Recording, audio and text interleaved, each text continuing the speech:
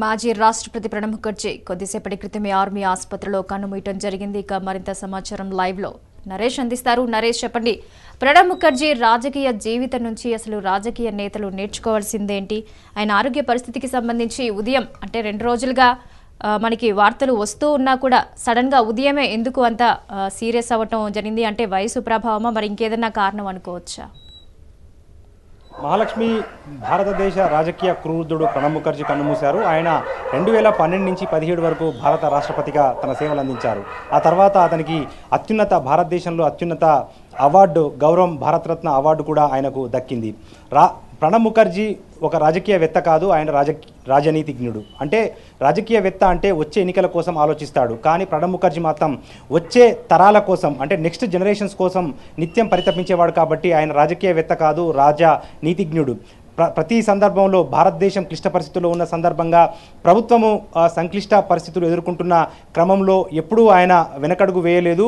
అన్ని సంక్లిష్ట సమయాల్లో కూడా ఆయన సమస్యలను సామరస్యపూర్వక వాతావరణంలో పరిష్కరిస్తారు. ఎటువంటి సంక్షోభాన్నైనా చక్కదిద్దే నైపుణ్యం గల ప్రణబ్ ముఖర్జీ ఉంది కాబట్టి ఆయనను ట్రబుల్ షూటర్గా పేరుగాంచారు. భారతదేశంలో సుదీర్ఘంగా 50 సంవత్సరాల పాటు ఆయన రాజకీయాలు నెరిపారు.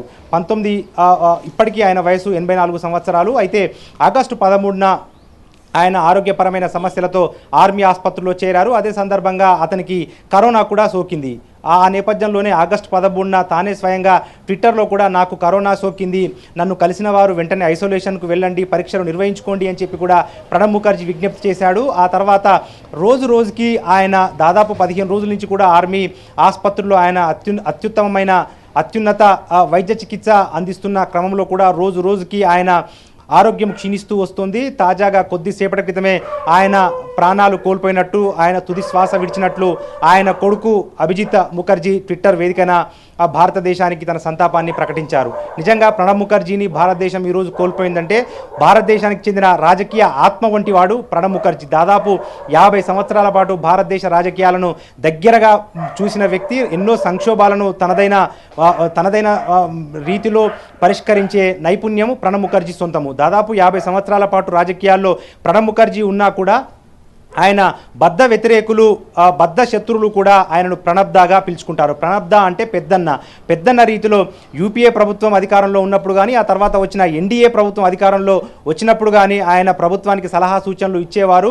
ఈ సందర్భంగా ప్రధానిగా నరేంద్ర మోడీ మొదటి దఫా ప్రధానిగా ప్రమాణ బాధ్యతలు స్వీకరించిన తర్వాత అప్పుడు ఆయనతో ప్రధానిగా రాష్ట్రపతిగా ఉన్న ప్రణబ్ ముఖర్జీ ప్రధాని మోడీతో ప్రమాణ స్వీకారం చేయించారు. ఆ తర్వాత ప్రధాని నరేంద్ర మోడీ మాట్లాడుతూ, నాకు తండ్రి లాంటి వాడు, నా రాజకీయ గురువు వంటి వాడు ప్రణబ్ ముఖర్జీ, ఆయన ఆశీస్సులు ఉంటే నేను ప్రధానమంత్రి పదవిని సునాయాసంగా ప్రధానమంత్రి బాధ్యతలు స్వీకరించగలను, దేశాన్ని పరుగు పెట్టించగలను అన్న నమ్మకాన్ని కూడా ప్రధాని వ్యక్తం చేశారు. సాధారణంగా ఎందుకంటే ప్రణబ్ ముఖర్జీ కేవలం 2012 నుంచి 17 వరకు భారత రాష్ట్రపతిగా వ్యవహరించారు కాబట్టి ఆ కాలంలో ఆయన ఏ పార్టీకి చెందిన వ్యక్తిగా ఉండరు. కానీ 2012 వరకు కూడా ఆయన ఆజన్మాంతము ఒక కాంగ్రెస్ పార్టీ కార్యకర్తగా పనిచేశారు, కాంగ్రెస్ పార్టీ నాయకునిగా పనిచేశారు. సో అటువంటి ప్రణబ్ ముఖర్జీని ఏకంగా బీజేపీ అంటే కాంగ్రెస్కు వ్యతిరేకంగా విమర్శలు చేసి, కాంగ్రెస్కు వ్యతిరేకంగా పోరాటం చేసి అధికారానికి వచ్చిన ప్రధాని నరేంద్ర మోడీ ఏకంగా కాంగ్రెస్ మూలాలున్న ప్రణబ్ ముఖర్జీని కీర్తించడం చూస్తే గనక ఖచ్చితంగా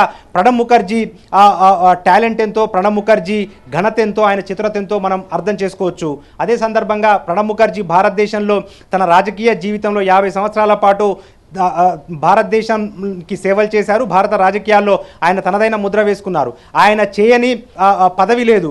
అంటే కేంద్ర మంత్రిగా చేశారు, ఆ తర్వాత రాష్ట్రపతిగా చేశారు, అంతకుముందు ప్లానింగ్ కమిషన్ చైర్మన్గా చేశారు. అన్ని రంగాల్లో ప్రణబ్ ముఖర్జీకి పట్టుంది. దాంతోపాటు 2004లో యూపీఏ అధికారంలోకి వచ్చిన తర్వాత ప్రధానిగా ఎవరుండాలి అన్న చర్చ కాంగ్రెస్లో జరిగినప్పుడు ప్రణబ్ ముఖర్జీని అయితేనే సరైన వ్యక్తి, ప్రణబ్ ముఖర్జీకి ఆ బాధ్యతలు కట్టబెట్టాలి, పార్టీలో అత్యంత సీనియర్. ఎందుకంటే 2004లో సోనియా గాంధీ ప్రధాని పదవిని త్యాగం చేసింది, నేను ప్రధానిగా ఉండబోను, మీరు మరొకరిని పార్టీకి సంబంధించిన సీనియర్ నాయకుడిని, అనుభవజ్ఞుడిని ప్రధానిగా చేయాలి అని చెప్పి సిడబ్ల్యూసీలో ప్రతిపాదన పెట్టిన సందర్భంగా చాలా మంది కూడా ప్రణబ్ ముఖర్జీ వైపే మొగ్గు చూపారు. నరేష్, మరో విషయం చెప్పండి, స్వపక్షం విపక్షం అనే తేడా లేకుండా ప్రతి ఒక్కరికి ఆదర్శంగా నిలిచిన ప్రణబ్ ముఖర్జీ జీవితం నుంచి నేటి రాజకీయ నాయకులు నేర్చుకోవాల్సిన రాజనీతి ఏంటి? అయితే మహాలక్ష్మి, ప్రణబ్ ముఖర్జీ నుంచి ప్రధానంగా యావత్ దేశం నేర్చుకోవాల్సిన ఒకే ఒక విషయం ఏంటంటే రాజకీయాల్లో ప్రత్యర్థులు ఉంటారు, శత్రువులు ఉండరు. అంటే ఎన్నికల వరకే పరస్పరం అభ్యర్థులు ఎవరైతే పోటీ చేసుకుంటారో వాళ్ళు రాజకీయాల్లో ప్రత్యర్థులుగా మాత్రమే ఉండాలి, ఆ తర్వాత బద్ధ శత్రువులుగా ఉండకూడదు అని చెప్పిన ఒక విషయాన్ని మాత్రం ప్రణబ్ ముఖర్జీ ద్వారా మనం అర్థం చేసుకోవచ్చు. ఎందుకంటే కాంగ్రెస్ పార్టీలో కూడా ఆయన అంతర్గతంగా ఎంతో ఫైట్ చేశారు, పదవుల కోసం అనుకోండి, లేకపోతే కాంగ్రెస్ పార్టీ సిద్ధాంతాలను నిలబెట్టేందుకు. కాంగ్రెస్ పార్టీలో కాంగ్రెస్ పార్టీకి దశాబ్దాల పాటు సేవలు చేసిన కాంగ్రెస్ పార్టీలోనే తనను ఒంటరి చేసేందుకు ప్రయత్నించిన సందర్భంలో సొంతంగా ఆయన ఒక పార్టీ, సమాజ్వాదీ కాంగ్రెస్ అన్న పార్టీని ఏర్పాటు చేసిన సందర్భంగా కూడా ఆయన తన పంతాన్ని నెగ్గించుకునేందుకు, తన వాదనను నెగ్గించుకునేందుకు పార్టీలో కూడా పెద్ద ఎత్తున ఫైట్ చేశారు. ఫైట్ చేసిన తర్వాత ఆ తర్వాత పార్టీలోకి వచ్చిన తర్వాత కానీ లేకపోతే ఫైట్ చేసిన వ్యక్తులతో ఎప్పుడు కూడా ఆయన శత్రుభావంతో లేరు, మిత్రుడిగానే అందరినీ పరిగణించేవారు. ఎందుకంటే రాజకీయాల్లోకి వచ్చింది మనం వ్యక్తిగత ప్రతిష్టను పెంచుకోవడానికో లేకపోతే పదవుల్లో కూర్చోవడానికో కాదు, భారతదేశానికి సేవ చేసేందుకు. భారతదేశంలో ఇప్పటికీ బిలో పావర్టీ లైన్ అంటే దారిద్ర్య రేఖకు దిగువన 20-30% మంది ప్రజానీకం ఉన్నారు. వారందరినీ కూడా మనం అభివృద్ధి పదంలో నిలపాలంటే, వారికి కూడా సంక్షేమ ఫలాలు అందజేయాలంటే ఖచ్చితంగా అందరం కలిసికట్టుగా రాజకీయాలను పక్కన పెట్టి, పార్టీలను పక్కన పెట్టి, ఎజెండాలను పక్కన పెట్టి మనం అంతా కూడా కలిసికట్టుగా భారతదేశ పురోగతి కోసం కృషి చేయాలి అన్న ఒక అభిప్రాయాన్ని మాత్రం నిజంగా ప్రణబ్ జీవితాన్ని చూస్తే మనం నేర్చుకోవచ్చు. అదే సందర్భంగా ప్రణబ్ ముఖర్జీ ఈ భారతదేశంలో వచ్చిన ఎన్నో సంస్కరణలకు ప్రణబ్ ముఖర్జీ ఆజ్యం పోశారని చెప్పాలి. ఇందిరాగాంధీ ప్రధానిగా ఉన్నప్పుడు ఆయన జూనియర్ మినిస్టర్గా ఉండేవారు. సో ఆ జూనియర్ మినిస్టర్గా ఉన్న సందర్భంలోనే ఆ ఇందిరాగాంధీ రాజభరణాలను రద్దు చేయటము, బ్యాంకులను జాతీయకరణ చేయటము. ఎందుకంటే రాజభరణాలు ఉన్న సందర్భంగా మన దేశం మొత్తం కూడా రాజకుటుంబీకులు స్వాతంత్రం వచ్చి 20 సంవత్సరాల తర్వాత కూడా ఈ రాజభరణాల పేరుతోటి ప్రభుత్వం నుంచి జీతాలు పొందటము, దాని తర్వాత గౌరవాలను పొందటము, సత్కారాలు పొందటము, పదవులు పొందటము, వీటన్నిటినీ కూడా ఇందిరాగాంధీ నిరసించారు. ఈ నేపథ్యంలో ప్రణబ్ ముఖర్జీకే ఆ బాధ్యత కట్టబెట్టారు. పార్టీలో, ప్రభుత్వంలో జూనియర్ మినిస్టర్ అయిన ప్రణబ్ ముఖర్జీకి అత్యంత కీలకమైన రాజభరణాల రద్దు. ఎందుకంటే రాజభరణాలను రద్దు చేసే క్రమంలో చాలా మంది కోర్టులకు వెళ్ళే అవకాశం ఉంటుంది, సుప్రీంకోర్టుకు వెళ్ళే అవకాశం ఉంటుంది. ఎందుకంటే భారతదేశానికి స్వాతంత్రం వచ్చిన సందర్భంగా రాజ్యాంగాన్ని లిఖించుకుంటున్న సందర్భంలోనే ఆ రాజవంశీయులందరికీ కూడా మీ గౌరవాన్ని, పదవులను, మీకు జీతభత్యాలను, వేతనాలను, అలవెన్స్లను అన్నీ అందిస్తాము అన్న ఉద్దేశంతోనే వాళ్ళంతా భారతదేశంలో జాయిన్ అయ్యారు. ఆ సందర్భంగా రాజభరణాలను రద్దు చేస్తే రాజ్యాంగాన్ని ఉల్లంఘించినట్టు అవుతుంది, వాళ్ళంతా కూడా సుప్రీంకోర్టును ఆశ్రయించే ప్రమాదం ఉంది అని చెప్పి ఎంతమంది హెచ్చరికలు జారీ చేసినప్పటికీ కూడా రాజభరణాలను రద్దు చేయడం ద్వారా ఒక్కరు కూడా కోర్టుకు వెళ్ళలేనంత పకడ్బందీగా రాజభరణాలను ప్రణబ్ ముఖర్జీ రద్దు చేయించగలిగారు. దాంతోపాటు బ్యాంకుల జాతీయకరణలో కూడా ప్రణబ్ ముఖర్జీ తన నైపుణ్యాన్ని ప్రదర్శించారు. ఆ తర్వాత రాజీవ్ గాంధీ హయాంతో కొంత డిఫరెన్స్ వచ్చినా తిరిగి పివి ప్రధాని అయిన తర్వాత ఆయన ప్లానింగ్ బోర్డు చైర్మన్గా ఉన్నారు. ప్లానింగ్ కమిషన్ చైర్మన్గా ఉన్నప్పుడే భారతదేశంలో నూతన ఆర్థిక విధానాలు వచ్చాయి. ఈ నూతన ఆర్థిక విధానాలు అట్టడుగు స్థాయి ప్రజలకు అందే విధంగా అందులో పలు మార్పులు కూడా ప్రణబ్ ముఖర్జీ చేశారు. కాబట్టి ఈరోజు భారతదేశంలో ప్రతి వ్యక్తి కూడా ప్రణబ్ మరణాన్ని జీర్ణించుకోలేకపోతుంది. ప్రణబ్ దా ఇక లేడంటే ఎవరు కూడా నమ్మలేకపోతున్నారు. అంటే పుట్టుక మరణము అనేది దైవాధీనము, పుట్టుక మరణము సర్వసాధారణమైనప్పటికీ దేశము కొంత క్లిష్ట పరిస్థితుల్లో ఉన్నప్పుడు పెద్దన్న పాత్రలో ఒక గైడింగ్ ఫోర్స్, మార్గదర్శి, టార్చ్ లైట్గా ఉండాల్సిన ప్రణబ్ ముఖర్జీ 84 సంవత్సరాల వయసులో మరణించడం మాత్రం నిజంగా బాధాకరం. మహాలక్ష్మి, నరేష్, ఒక రకంగా అంటే ప్రణబ్ దా అందించిన సేవలకి సంబంధించి రాజకీయంగా కానీ లేదంటే వ్యక్తిగతంగా కానీ ఆయనకి లభించాల్సిన గౌరవం ఆయనకి లభించినట్టేనా? అంటే రీసెంట్గా తను 2019లోని భారతరత్న అందుకోవడం జరిగింది. అలాంటి అవార్డులు, రివార్డులు ఆయనకి సరైన గౌరవం దక్కిందని అనుకోవచ్చా? అంటే వ్యక్తిగతంగా ప్రణబ్ ముఖర్జీకి ఈ భారతరత్న లేకపోతే రాష్ట్రపతి పదవి కానీ ప్రధాని పదవి కానీ ఎప్పుడో వచ్చి ఉండాల్సింది. ఎందుకంటే ఆయనంత పొలిటికల్ స్ట్రాటజిస్టు అంటే ఒక వ్యూహకర్త భారతదేశంలో ఎవరు లేరు.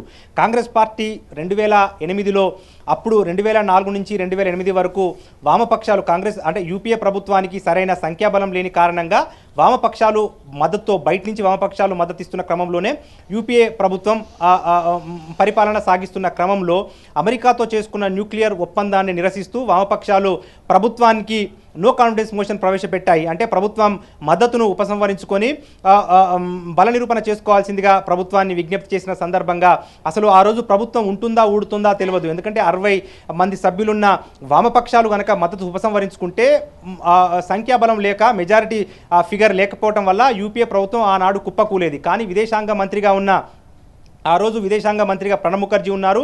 ఆ విదేశాంగ మంత్రిగా ఉన్న ప్రణబ్ ముఖర్జీయే ఈ అమెరికాతో న్యూక్లియర్ ఒప్పందం కుదుర్చుకున్నారు. సో సోనియా గాంధీ ప్రణబ్ ముఖర్జీని సంప్రదించిన క్రమంలో, మేడం ఇబ్బంది ఏముండదు, మన ప్రభుత్వానికి ఇబ్బంది ఏముండదు, మన ప్రభుత్వం గండం గట్టెక్కగలుగుతుంది, ఈ వామపక్షాల ఒత్తిళ్లకు మనం తలగ్గాల్సిన అవసరం లేదు, ఈ న్యూక్లియర్ ఒప్పందము అంటే అమెరికాతో న్యూక్లియర్ ఒప్పందము కుదుర్చుకున్నంత మాత్రాన మనము అమెరికాకు దాసోహం అనటం లేదు, అమెరికాకు ఒత్తాసు పలకటం లేదు, భారతదేశంలో విద్యుత్ కొరత తీవ్రంగా ఉంది. సో ఇటువంటి సందర్భంగా న్యూక్లియర్ ప్లాంట్లను ఏర్పాటు చేసి హైడల్ పవర్ కానీ దాని తర్వాత బొగ్గు ఆధారిత విద్యుత్ కేంద్రాల వల్ల భారతదేశంలో పెద్ద ఎత్తున కూడా కాలుష్యం పెరిగిపోతుంది, ప్రజల జీవన ప్రమాణాలు పడిపోతున్న క్రమంలో ఖచ్చితంగా మనం న్యూక్లియర్ పవర్ను భారతదేశానికి అందించాల్సిన అవసరం ఉంది. భవిష్యత్తులో పారిశ్రామికీకరణ మరింత పెరుగుతున్న క్రమంలో విద్యుత్ డిమాండ్ భారీగా పెరిగే అవకాశం ఉంటుంది. సో ఇటువంటి సందర్భంగా అమెరికాతో మనం ఒప్పందం కుదుర్చుకుంటేనే బాగుంటుంది అని చెప్పి సోనియా గాంధీని ఒప్పించగలిగారు. దాని తర్వాత కాంగ్రెస్ పెద్దలను మొత్తం కూడా ఒప్పించగలిగి, ప్రధాని మన్మోహన్ సింగ్ను కూడా ఒప్పించగలిగి బల నిరూపణకు పార్టీ వెళ్లేలా ఆయన ప్రయత్నించారు, కృషి చేశారు. ఆ తర్వాత జరిగిన బల నిరూపణలో ప్రణబ్ ముఖర్జీ ఇతరత్ర పార్టీల బలాన్ని కూడా ఆయన సమీకరించుకున్నారు. ఆ రోజు మన్మోహన్ సింగ్, సోనియా గాంధీ అంటే వాళ్ళిద్దరిని తక్కువ చేయడం కాదు, కానీ ప్రణబ్ ముఖర్జీ ఇచ్చిన అష్యూరెన్స్ వల్లే అంటే న్యూక్లియర్ డీల్ వల్ల భారతదేశానికి ఎటువంటి నష్టం చేయదు, నా జన్మాంతం కూడా నేను భారత పురోగతి కోసం, భారత సార్వభౌమత్వం కోసం, భారత స్వాతంత్ర్యం కోసం నేను కృషి చేశాను. సో నేను ఎట్టి పరిస్థితుల్లో కూడా భారతదేశ ఆత్మగౌరవాన్ని అమెరికాకు తాకట్టు పెట్టను, అంతకంటే నేను మరణించటమే మేలు అన్న ప్రణబ్ ముఖర్జీ వ్యాఖ్యలకు చాలా పార్టీలు ప్రభావితమయ్యాయి. అంతకుముందు కాంగ్రెస్ పార్టీకి మద్దతునియని సమాజ్వాదీ పార్టీ కానీ, బహుజన సమాజ్వాదీ పార్టీ కానీ, ఈ రెండు పార్టీలు కూడా వామపక్షాలు తమ మద్దతును ఉపసంహరించుకున్న క్రమంలో ప్రణబ్ ముఖర్జీ ఇచ్చిన హామీల వల్ల ఆయా పార్టీలు నాటి యూపీఏ ప్రభుత్వానికి మద్దతునివ్వటము, కాంగ్రెస్ పార్టీ ఆ బల నిరూపణలో గట్టెక్కడము, ఆ తర్వాత 2009లో జరిగిన ఎన్నికల్లో కూడా రెండోసారి తిరిగి కాంగ్రెస్ పార్టీ యూపీఏ అధికారంలోకి రావడం చూస్తే గనక కాంగ్రెస్ పార్టీ 10 సంవత్సరాల పాటు అధికారంలో ఉండటం వెనక ప్రణబ్ ముఖర్జీ కృషి చాలా అత్యధికంగా ఉందన్న అభిప్రాయం వ్యక్తమవుతుంది. అదే సందర్భంలో యావత్ తెలంగాణ రాష్ట్ర ప్రజలు కూడా ఈరోజు కన్నీరు కారుస్తున్నారు.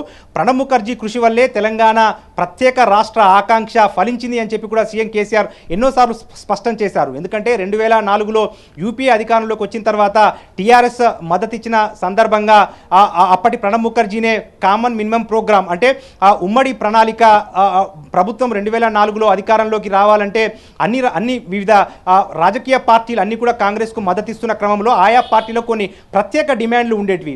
సో తెలంగాణ రాష్ట్ర సమితి కూడా యూపీఏ ప్రభుత్వానికి మద్దతిచ్చేందుకు, యూపీఏ మంత్రిత్వ శాఖలో బాధ్యతలు చేపట్టేందుకు కూడా తెలంగాణ ప్రభుత్వం కూడా ఎజెండాలో ఆ కామన్ మినిమం ప్రోగ్రామ్, సో ఈ సిఎంపీలో ఖచ్చితంగా ప్రత్యేక తెలంగాణ అంశం ఉండాలి అని చెప్పి కూడా టీఆర్ఎస్ పట్టుబట్టిన సందర్భంగా అప్పుడు సమైక్య రాష్ట్రానికి మద్దతిస్తున్న సమైక్యవాదాన్ని నెత్తికెత్తుకున్న సిపిఎం పార్టీ దాన్ని వ్యతిరేకించింది. సో టీఆర్ఎస్ పార్టీ మద్దతిస్తే యూపీఏ ప్రభుత్వానికి సిపిఎం మద్దతిచ్చే పరిస్థితి ఉండదు, సిపిఎం మద్దతిస్తే టీఆర్ఎస్ మద్దతిచ్చే పరిస్థితి ఉండదు. కానీ యూపీఏ ప్రభుత్వం 2004లో అధికారంలోకి రావాలంటే ఈ రెండు పార్టీల మద్దతు తప్పనిసరి. సో ఇటువంటి సందర్భంగా ప్రణబ్ ముఖర్జీ జోక్యం చేసుకొని అటు టీఆర్ఎస్ డిమాండ్ను అంటే ప్రత్యేక తెలంగాణ ప్రధాన ఎజెండాగా సిఎంపీలో ఒక ఎజెండా అంశంగా దీన్ని మార్చడంలో ప్రణబ్ ముఖర్జీ సిపిఎం నాయకులను కూడా ఒప్పించగలిగారు.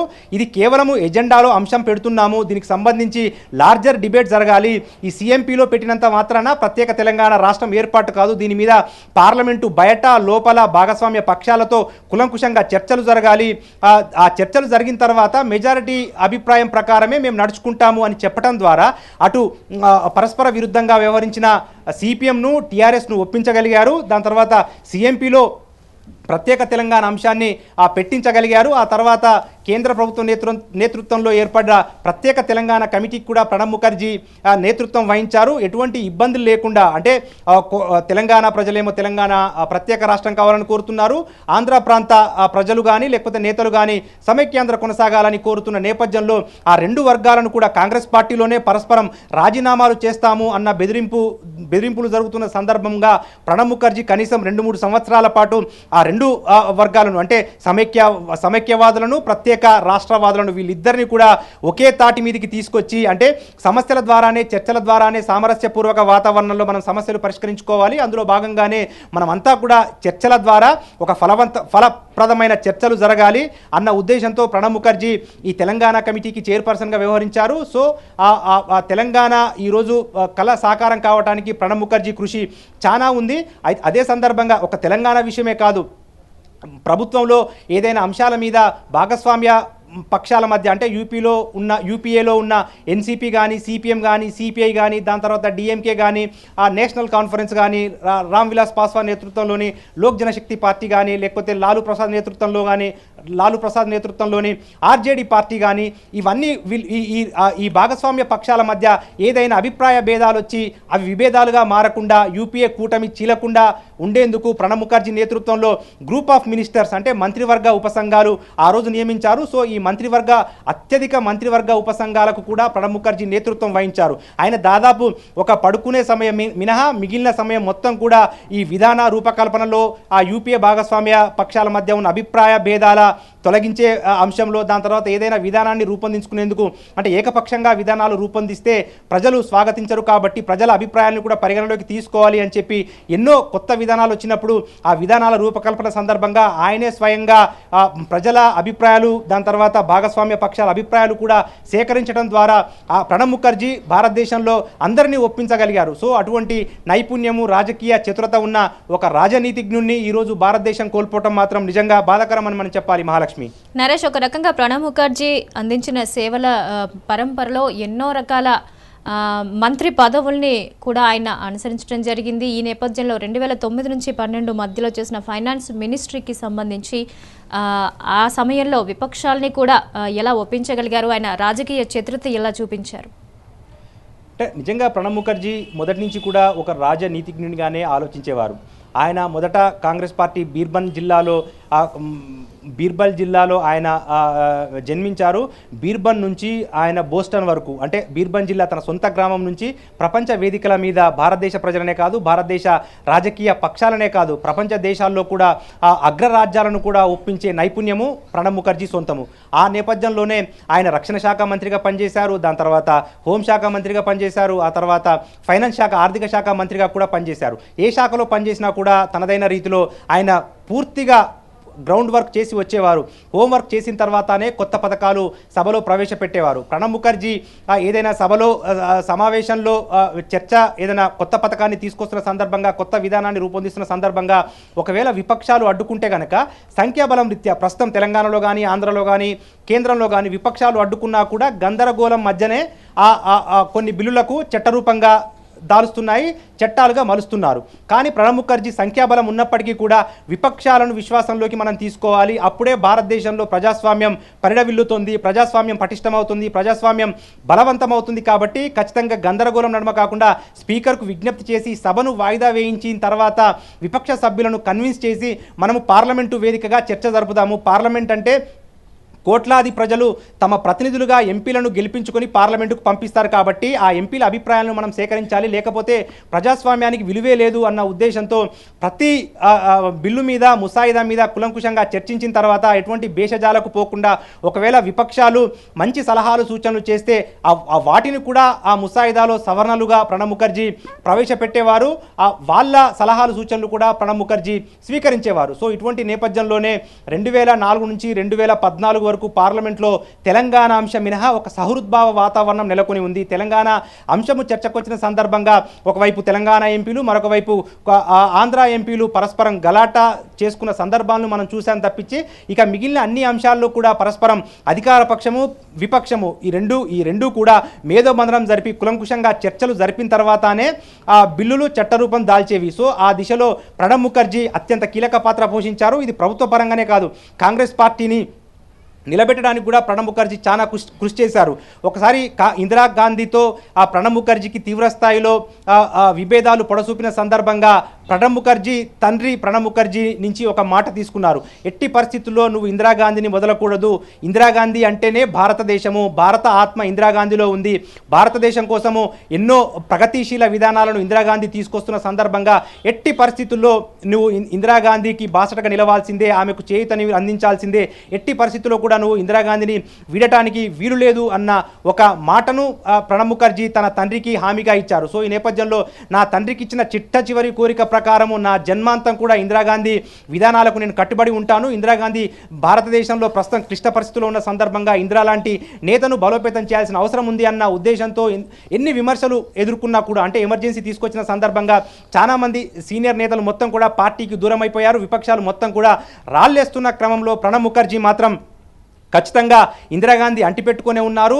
ఎమర్జెన్సీ ఈ సమయంలో ఎమర్జెన్సీ ఉండాల్సిందే, ఎందుకంటే ప్రభుత్వాన్ని కూల్చేందుకు కొన్ని విదేశీ శక్తులు ప్రయత్నిస్తున్నాయి. ప్రగతిశీల విధానాలను తీసుకొస్తున్న ఇందిరాగాంధీ అగ్రరాజ్యాలకు, దాని తర్వాత భారతదేశంలోని కొంత పెట్టుబడి భూస్వామ్య వర్గాలకు కంటగింపుగా మారింది. కాబట్టి బ్యాంకుల జాతీయకరణలో కానీ, రాజభరణాల రద్దు విషయంలో కానీ ఇందిరా విధానాలను నేను సమర్థిస్తున్నాను అన్న ఉద్దేశంతోనే ప్రణబ్ ముఖర్జీ ఎమర్జెన్సీకి కూడా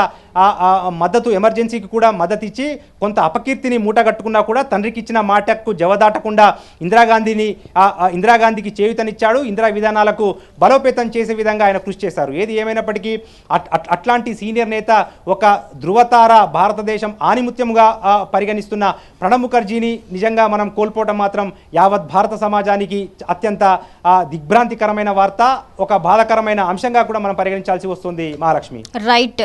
ఓకే నరేష్, మనతో పాటు మాట్లాడటానికి